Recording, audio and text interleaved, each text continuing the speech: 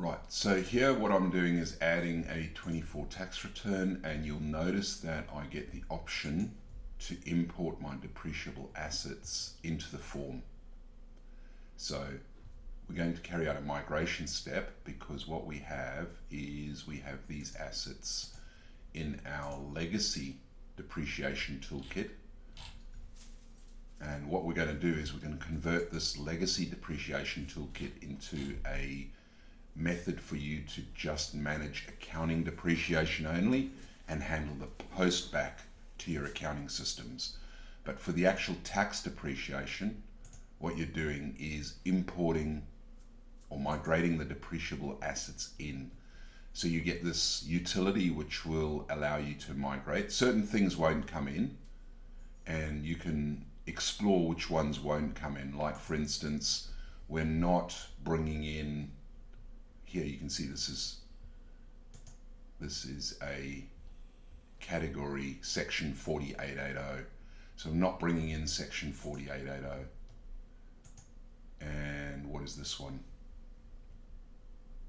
Immediate write-off. We're not bringing in immediate write-off assets because these were obviously written off in a previous time frame. What's this one?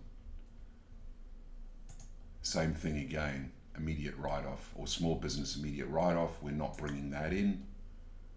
And the legal costs, which is section 4880.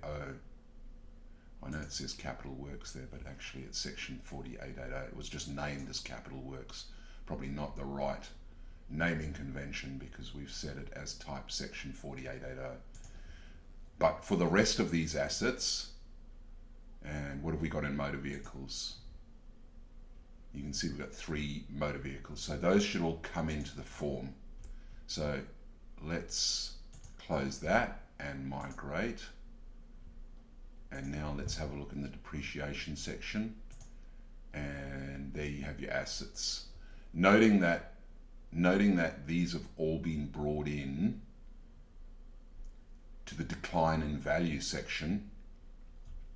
The capital works had whatever was in the capital works, and the low value pool, whatever was in the low value pool. Now, noting that if you did open one of these, so let's open a Land Cruiser, you'll see it opens the actual worksheet, and this has been set as a motor vehicle here, right? So it's got a type motor vehicle.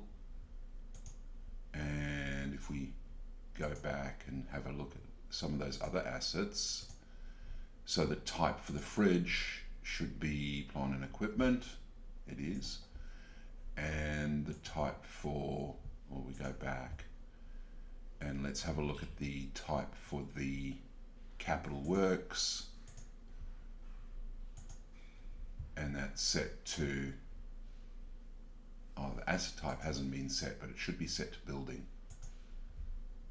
So you can see how it's bringing in the assets. And from this point forward, the calculations will be done through the worksheets, and the assets will be embedded in the tax forms from this financial year forward.